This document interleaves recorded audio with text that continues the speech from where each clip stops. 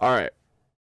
Lock in, twins, lock in. All right, let's get this music off. What's good? Today we're reacting to urban legends that turned out to be true. Lock in, get your popcorn, get your kernels, and don't break a tooth. Let's enjoy. West Hobart Haunted House.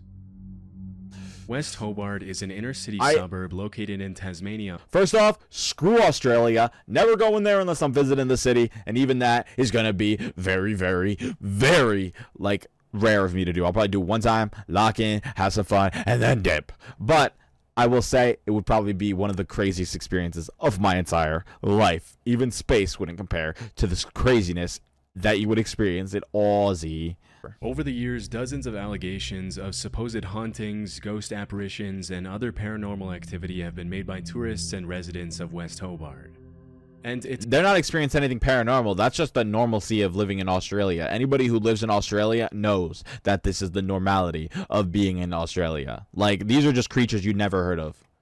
Honestly, not too hard to see why, as West Hobart is a pretty old town with a generally creepy vibe. As is usually the case, most of these stories have either turned out to be fake, or the people making the allegations didn't have enough evidence to support their claims. Well, what are we feeling like? Almost entirely likely that they're hoaxes. But so is this going to be like urban legends that turned out to be true because there was a different explainable, valuable like way about them that is actually understandable, and not just, yeah, so ghosts exist, you know? Like what is this going to range around? I'm curious. As it turns out, at least I think it's got to be the has some amount of truth to it. Like, yeah, Back okay, in the late some. 80s and So it's not about it. Started spreading of a house in West Hobart that was apparently so haunted it drove its residents insane. At first, the rumors created a huge buzz all over town. They just ate the wrong food. Everything possible to stay far away from the alleged haunted house. Their food just was not like their food just wasn't fully like they didn't cook their steak fully. Like, those people are probably just doing some weird ass, bro. People don't just go crazy because of a haunting, bro. It wasn't until months later that the authorities got involved and finally got a clear picture of the situation. While it was true that the house's residents appeared to be going insane, it didn't have anything to do with paranormal activity. But with the fact that a datura vine had been growing through the trees directly above the home and dropping leaves into the family's rainwater tank. For a long time, the family had been inadvertently consuming microdoses of the plant every single day, which made them slowly but surely start to lose their sanity as they sank further and further into delirium. What can you explain what the plant is? In case you've never heard of it, okay. Datura is a species of plant within the nightshade family, also known as Jimson weed, the devil's weed, or devil's trumpet, and you'll see why in a second. Oh, even though the plant itself I don't smoke, right? I don't do anything like that, but that, like, nightshade, like, it's like, isn't that like the isn't that, I might be like thinking of the wrong thing, but isn't that like the potency of poison to werewolves? Like, that's what we use. Like, that's what is like that's insane. And to have that, like, be doing that every day, to be basically you're ingesting like drugs without knowing you're doing drugs, and this is like, I guess, like a really bad drug. Like, that's crazy, bro. Like, I've heard about two crazy things in the last 2 days. One was this thing called a death tree, where if you even touch it, you could go blind, and if you eat an apple from it, you will die within an hour. Not you will die within an hour. And then this thing, which is killing them, but it's just a plant. Like, dude, that is crazy. By just a plant, I mean it's a plant that just so happened to fall into their water, and then they would drink it. And also, I don't know how you don't notice that, and it would kill them. That's so, or like, it would make them go crazy. That's crazy, man. It's pretty harmless. It's known for having extremely powerful hallucinogenic properties, which is why it was used for centuries by Native American tribes in coming-of-age rituals and other important ceremonies. The Aztecs also used datura as a painkiller in certain rituals, namely in ritual sacrifices. Well, it makes sense because it makes you high. Used as an ingredient in the ritual of zombification in the Haitian voodoo religion. Okay, that's referred it. to as the devil's cucumber. As you can probably tell by now, a datura isn't your. By the way, that is some crazy, like, I just want to put that down there. That's some crazy knowledge to lay out there. Like, you're just talking about it, like, yeah, this was used for zombification. All right, cool, valid. And I've been ingesting that. There's a reason why it's really only ever used in hardcore spiritual rituals and ceremonies, or for people who just smoke a lot. Naive people who have no idea what they're getting themselves into.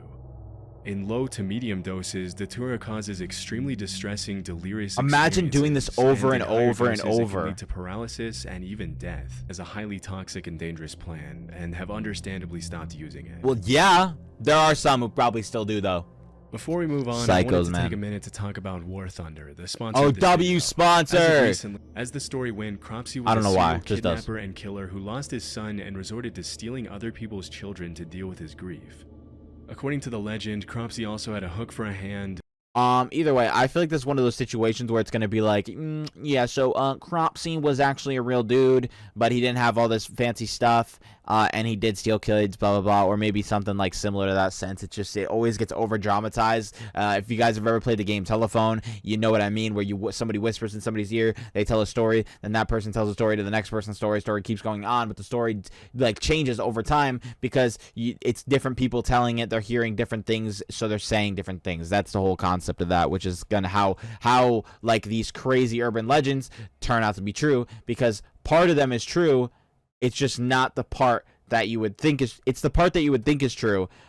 Like, it's the part that makes sense, but the parts that are over dramatized are the parts that were told down a story of a line that just goes da da da da da, and it changes at every marker, you know.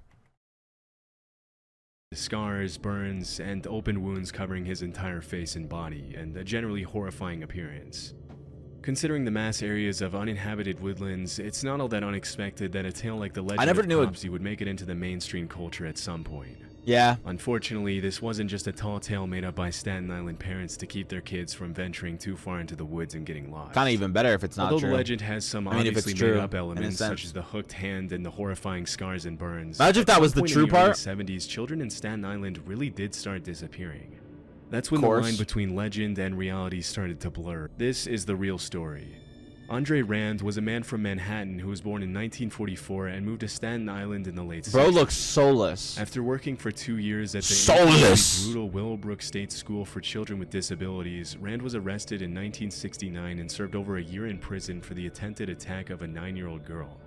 As soon as he was released 16 months later, reports started cropping up of more little girls disappearing all over Staten Island, including 5-year-old Alice Pereira, who was playing in her building's lobby when she suddenly disappeared without a trace. Over the next decade, Rand was the prime suspect in the disappearances of several other young girls in the area. But it wasn't until 1983 when he picked up 11 kids from a local YMCA and brought them fast food before taking them to the airport that he was finally arrested and sentenced to 10 months in prison again. 10 months? You're telling me this dude was arrested for 10 months for kidnapping children? What was the leniency? Why did this guy get some special treatment? Brother, if you kidnap one kid, you should get 5 years minimum. And then go up from there. And you take more than that and have done this before and tried to attack, you're getting the death sentence, brother. No. If it's a continuously habitual thing, you should not be treated as though you're not gonna do it again. Brother, fucking end him. What? I don't understand that. Of young kids disappeared in Staten Island, and although Rand was often the last person to be seen with them, there was ultimately never enough evidence to put him away for a long time. Bullshit! For many years, he would often be seen. Bro was arrested at an airport where the kids were in his possession, like they were his purses. They were next to what? Hanging around young kids, going on walks with them, and even taking them to lunch and dinner with him at local restaurants. After years of letting him walk the streets as a free man, police would finally have a breakthrough in the case in 1987 when they found undeniable evidence that Rand had been behind the disappearance and murder of Jennifer Schweiger, a 12-year-old girl with Down syndrome. Whoa! Who would have thought that he would end up killing a fucking child?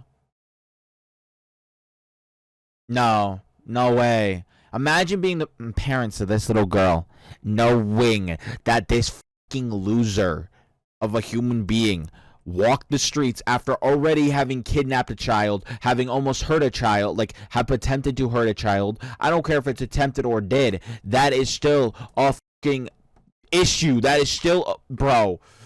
I was saying imagine being this girl's parents and then hearing that this guy had already been arrested previously and your little girl ends up passing away because he got let out. I would become the fucking Punisher. 1988, he was sentenced to 25 years to life. That's a joke for legal reasons. More and more evidence was found that tied him to several other disappearances in Staten Island in the 70s and 80s. Unfortunately, he was only charged with one additional major crime in 2004, which was the kidnapping of Holly Ann Hughes, thanks to which he will spend the next 13 years behind bars until 2037. If he lives that long, he'll be 93 by the time he gets out. The Kennebec Valley is one of the most beautiful regions in Maine, with over 5,000 square miles of forest. A Maine urban legend is crazy, and that is gorgeous. Rolling hills and natural paradise surrounding the Kennebec River. That is gorgeous. Maine is cool though. I went to Maine. Area in the Kennebec Valley have described the area as the most peaceful place on earth. As the cabin owners soon noticed, the break-ins seemed to follow a pattern, always peaking in the days before Memorial Day and after Labor Day. 1,000 break-ins, and they finally noticed a pattern. From food to cooking utensils to books to propane tanks to toiletries of all just kinds. Anything. It just seems like anything. In the absence of a concrete suspect, the locals eventually named the thief the North Pond Hermit. Although it wasn't uncommon for groups of homeowners to venture out into the woods to try to find the North Pond Hermit, they never found Why don't you set a trap for him? To the legend's mystery. One afternoon in 2002, Why not just set a trap, people attended a North Pond homeowners meeting, and when someone asked how many of them had suffered break-ins, almost all of them raised their hands. That's insane. As you can probably guess, the North Pond Hermit quickly turned into somewhat of a boogeyman, with the legend frequently being shared over campfires in the area.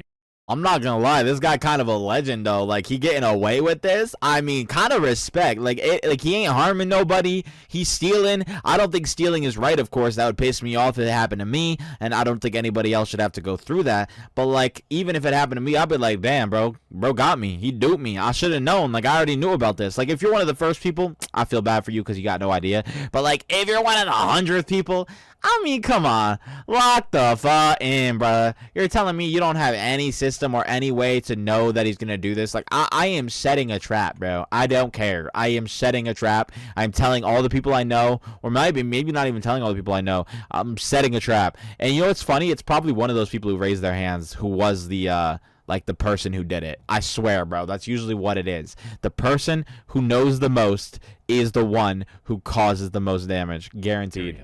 Not all the time, but for years, nobody thought that the person or people behind the break-ins would ever be found. But in April 2013, somebody set a trap? man named Christopher Thomas Knight was arrested in the middle of the woods in the North Pond area by an officer who had made it his sole mission to bring the thief to justice. Type shit. As soon as he was brought to the police station, the cops asked. My boy said, I got a goal. I got a mission. I'm gonna achieve that, bitch. You think this is hard difficulty? To me, this is nothing more than a game. Boom, got your ass. Asked him why he wasn't answering any of their questions. At first, it seemed as though he was having trouble speaking, but eventually he responded that he was ashamed of himself. As it was later revealed, was it an Christopher addiction? had been living out in the middle of the woods by himself in an unheated nylon tent, surviving only on the things he stole from nearby North Pond cabins. What's most incredible about the Hermit's story is that for the entire time he lived in the woods, that's just he the didn't human have body, a single though. conversation with another human being, except for one time when he ran into a hiker and only said hi.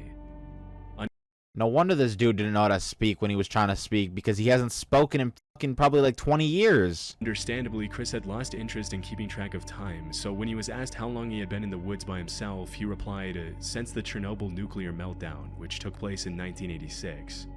Although he never gave the authorities a real reason why he decided to disappear. But why? Yeah. In all his years of isolation, he went to extreme lengths to preserve his privacy. He never lit fires, only moved at night, and hadn't had any kind of communication with the rest of society for more than half of his life. Nah, respect to the commitment, but damn, that's sad. The internet was until his arrest. They realized that his only real possessions were his glasses, which he had been wearing for 30 years and could even be seen in his Lawrence High School yearbook picture from 1984. Bro, that's like actually insane. Like, you know, people on the daily who break their glasses, need new ones. Like, you break your phone screen, you break anything and you need a new one. This guy just wore his glasses.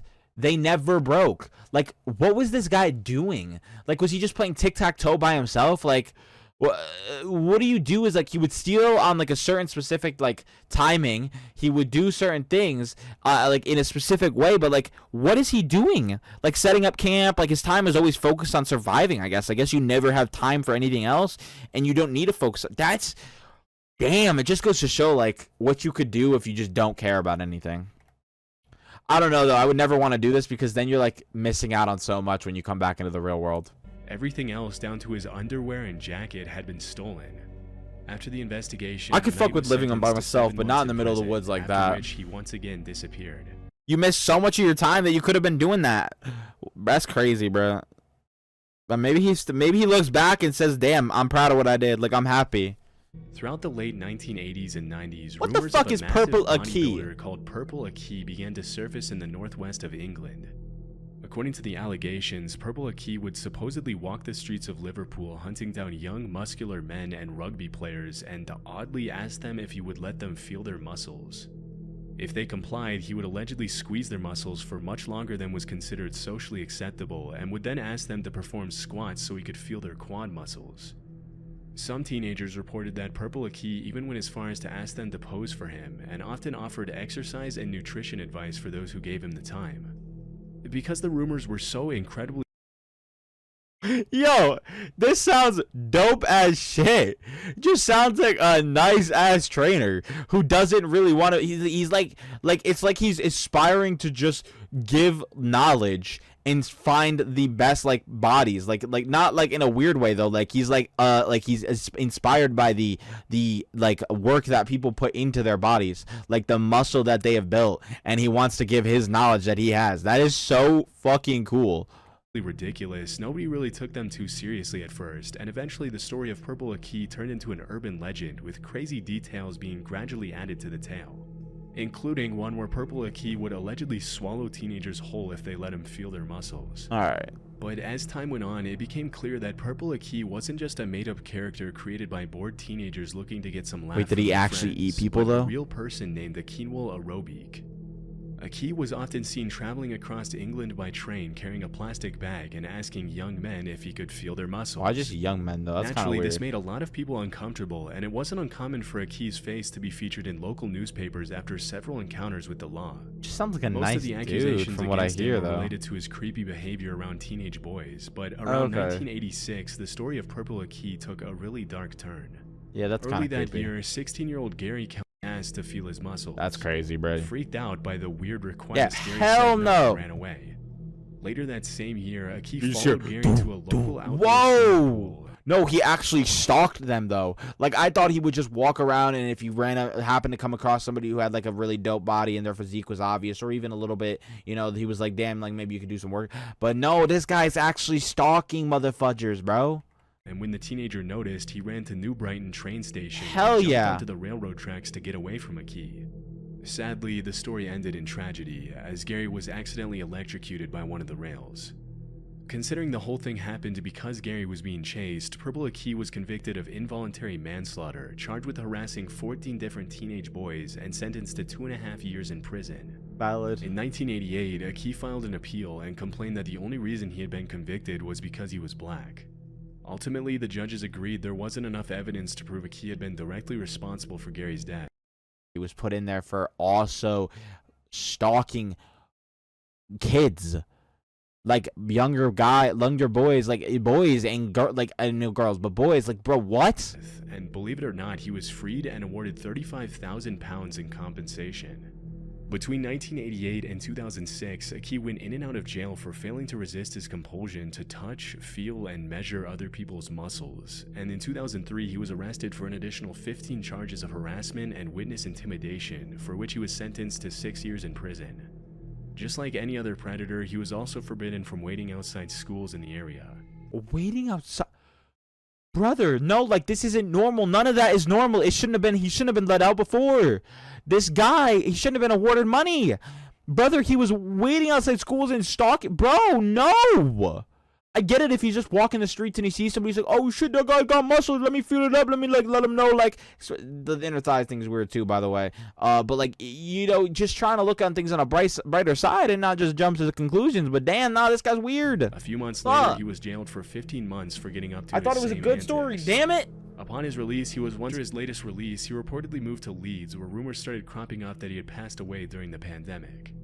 However, those... No, he's so big though, bro. Oh my god. There ain't nothing compassionate inside that, bro. Behavior with or without permission for many years to come. Dude, he's like a whole ass like bear, like just grizzly bear, black bear, polar bear, whatever, bro. The size of him is insane, bro. Like, oh my goodness gracious, dude. Damn. People have allegedly been running into a mysterious human-like figure in the Freeborg Forest in the western part of the country near the town of Malls since the early 2000s. Based on the dozens of allegations that surfaced over the years, the figure has been described as being around 6 feet tall and always wearing a vintage-looking gas mask covering his entire face, Oh, a nah. polo suit, and a cloak. No. Most people who supposedly ran into the figure reported he or she was completely harmless, but this didn't make the encounters any less terrifying, and it wasn't uncommon for people to report the figure to the police when their children were... No. I don't agree with that. Definitely makes the encounters less terrifying. If he came at them and tried to kill, or they came at them and tried to kill them or attack them, they would most certainly say this experience was way more terrifying. It is way less terrifying that he was a nice person. Still scary, yes, but not as scary as it could have been. It didn't take local residents long to start adding their own crazy twist to the story, with some claiming that the creature was the ghost of a mentally unstable soldier, while other popular theories assured it was an alien.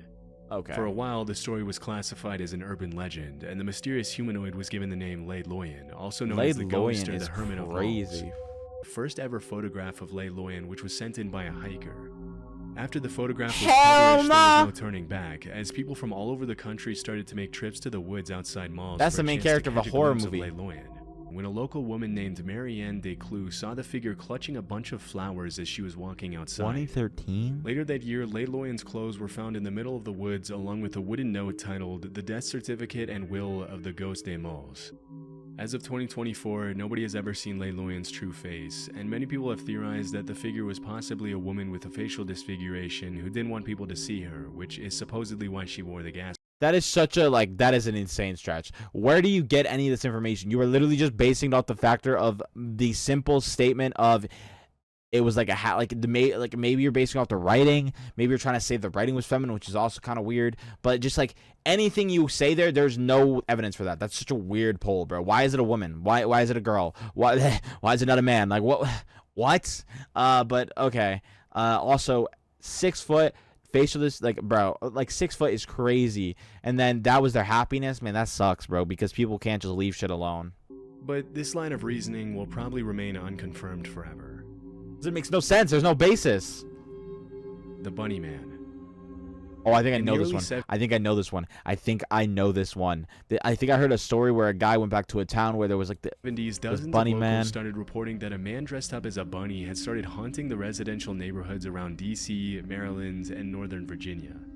Although dressing up as a bunny in itself seems pretty harmless, what made the encounters a little scarier was that the guy would allegedly threaten children on the street with an axe and frequently vandalize people's property for no apparent reason. Bro was just protecting them so they would go back home at night. And were pretty rare. They seemed to follow a pattern, as the man usually appeared in secluded locations where there weren't a lot of witnesses. The story itself has a lot of elements of a typical urban legend and is kind of hard to believe. In 1970, a couple was parked in a driveway close to a bridge on Colchester Road in Fairfax County when suddenly a random guy appeared out of nowhere, yelled at them for allegedly trespassing, and threw a hatchet at their car.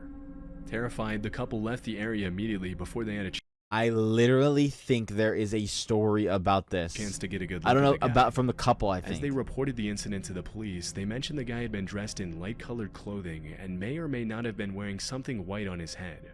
As soon as the story hit the news, people started claiming that the hatchet thrower had been wearing bunny ears. Pretty soon, where y'all get this information? Threatening kids in the woods with a hatchet started surfacing all over the DMV area. And that's fair though. Right after that, the stories got wilder and harder to believe. Over time, the legend of the Bunny Man has become pretty mainstream, with the bridge on Colchester Road even being renamed as Bunny Man Bridge. As of the uploading of this video, the legend has now been standardized and goes something like this. In 1904, there was allegedly an asylum close to the bridge on Colchester Road. Yep. As soon as it was built, a bunch of Fairfax County residents started complaining about the idea of having an asylum full of mental patients so close to their homes. So the authorities... Oh my god, and they moved him away from it, and then I think they moved him away, and I think that something got into an accident. All of them escaped. They call all of them except one. Supposedly Let's see if I'm right. Let's see if I'm right. And transfer them to a nearby prison. But on the way to the prison, the bus crashed and all the patients escaped. As the story goes, a few hours later, the cops had successfully located and brought back all the patients except for one guy by the name of Griffin. This is where the legend gets a little weird. Allegedly, the fugitive patient hid in the woods from the authorities for weeks. As the days went by and the cops did everything to find him, rabbit corpses started to appear in the middle of the woods, which led everyone to believe Douglas was eating bunnies to stay alive. Damn. Then, one Halloween night, a group of kids were hanging out near the bridge on Colchester Road when they suddenly saw a blue orb flashing in midair. A second later, they were all strung up like bunnies hanging from the bridge. So there is a story Obviously, of this. none of this is true, but it just goes to show how much of an impact the story of the Bunny Man has had on mainstream Virginia, DC, and Maryland culture. Nowadays, there's even Bunny Man t-shirts, a Bunny Man horror movie franchise, crazy. Bunny Man beer, and everything in between. They Needless ran to with say, that the shit. area surrounding the railroad overpass near Fairfax Station is now a major attraction for both tourists and locals alike, and will probably remain that way for many years. So I actually know that story because I heard a story from somebody who said they went there on Halloween and they encountered the Bunny Man or something similar. That's crazy. That was a story that is actually true, and that the story I heard is based around that. Like, that's insane, bro. Oh, that was definitely a banger. Guys, go check out some more videos on the channel. Hit the subscribe button and all that stuff. Go check the original video down below. Show us some love. Give us some love. And if you guys want me to react to some more horror content or our content in general, drop it down in the script. Drop it down in the comments down below. Anyway, see you later. Let's get on to the next video, guys.